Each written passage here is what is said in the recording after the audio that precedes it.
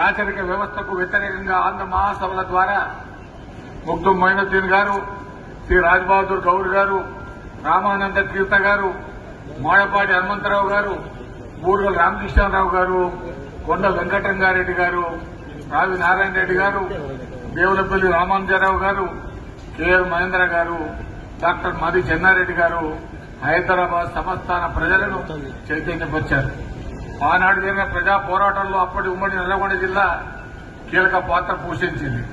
ఉమ్మడి నల్గొండ జిల్లా నుంచి రావి నారాయణ రెడ్డి గారు, భీమిరెడ్డి నరసింహారెడ్డి గారు, బొమ్మగారి ధర్మభిషం గారు, శ్రీ ఆరుట్ల రామచంద్రారెడ్డి గారు, బద్దం ఎల్లారెడ్డి గారు, జిట్టా రామచంద్రారెడ్డి గారు, శ్రీమతి ఆరుట్ల కమలమ్మ గారు, కత్కూరు రామచంద్రారెడ్డి గారు, శ్రీమతి సుశీలాదేవి గారు, చుట్టాల హనుమంత్ గారు, బొందుగల నారాయణ రెడ్డి గారు, కుర్రారం రామరెడ్డి గారు, గడ్డమీది రామయ్య గారు, గుత్తా సీతారామరెడ్డి గారు, కొండవీటి గురునాథరెడ్డి గారు, ఎర్రబోతు రామరెడ్డి గారు, ఓదాటి నారాయణరావు గారు, ఇంకా ఎందరో త్యాగదనులు తెలంగాణ స్వతంత్ర ఉద్యమాన్ని ప్రభావితం చేశారు.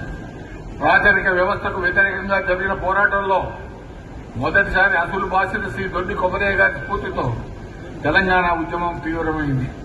ఆనాటి పోరాటంలో ప్రజలు చైతన్యపరచడంలో తెలంగాణ మహిళలైన చాక ఐలమ్మ గారు, శ్రీమతి మల్లు సరాజం గారు, శ్రీమతి ఆరుట్ల కమలాదేవి గారు కీలక పాత్ర పోషించారు.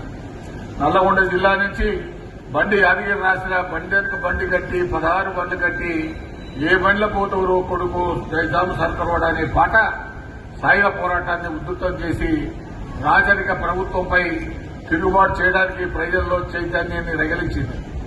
ప్రపంచ పోరాటాల చరిత్రలో తెలంగాణ సాయుధ పోరాటానికి ఒక ప్రత్యేకమైనటువంటి స్థానం ఉన్నది. భూస్వామ్య జమీందారులకు వ్యతిరేకంగా జరిగిన పోరాటాల్లో అప్పటి నల్లగొండ జిల్లాలోని గుండ్రాంపల్లి. మరిన్ని వీడియోస్ కోసం ఛానల్ ని సబ్స్క్రైబ్ చేయండి. లేటెస్ట్ అప్డేట్స్ కోసం వాట్సాప్ ఛానల్ ని ఫాలో చేయండి. అండ్ లింక్ డిస్క్రిప్షన్ లో ఉంది.